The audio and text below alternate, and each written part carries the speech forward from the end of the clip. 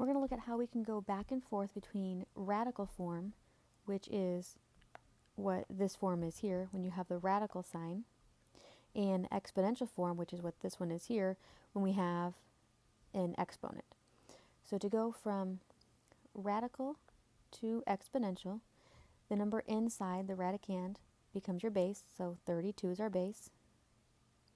And then we're going to make our fractional exponent, but we're going to do this backwards from what we normally would. We're going to start with the 2 and go backwards. So 2 over 5.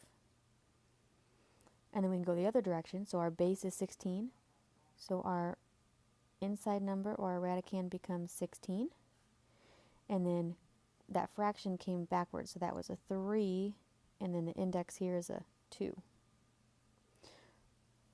And then some things to note when we are working with radicals. If there's some hidden numbers. So if, for example, we have this problem, this would be the same thing as this one, index of 2 and an exponent of 1. So when there's no exponent shown, that's because it's a 1. And when there's no index shown, that's because it's a 2. So then this would be written as 9 to the 1/2. So we can't forget about those hidden numbers. So again, if there's no exponent shown, that's because it's a 1. And if there's no index shown, that's because it's a 2. So we're looking for the hidden exponent and that hidden index. When there's a negative number,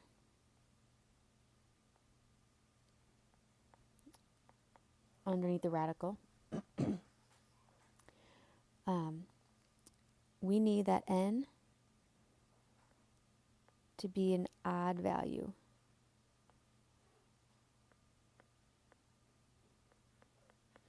So with the index here, if we're taking the cube root, the 5th root, the 7th root, 9th root, any odd number root, then it's okay to have a negative inside here and we can find an answer.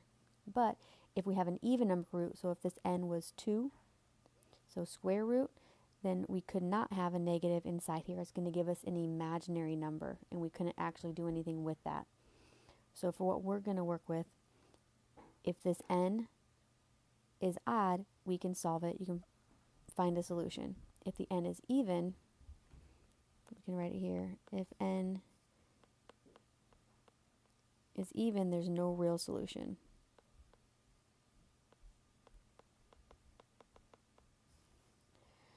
And then if the exponent is negative, so like for example, if we have the cubed root of 27 to the negative 2, we're going to still follow our shortcuts and our rules for negative exponents. So think of it as a fraction, and that will become 1 over, because negative exponents need to move, cube root of 27 to the positive 2. Notice that I'm just changing that exponent from negative 2 to positive 2. So even though this 3 is a tiny number, it's not an exponent. That's actually called an index. So it is not an exponent. We're not going to treat it like an exponent. So when I move this down, that exponent of negative 2 becomes positive 2, but only exponents change when you move to take the reciprocal. And then you could just continue solving like normal from here.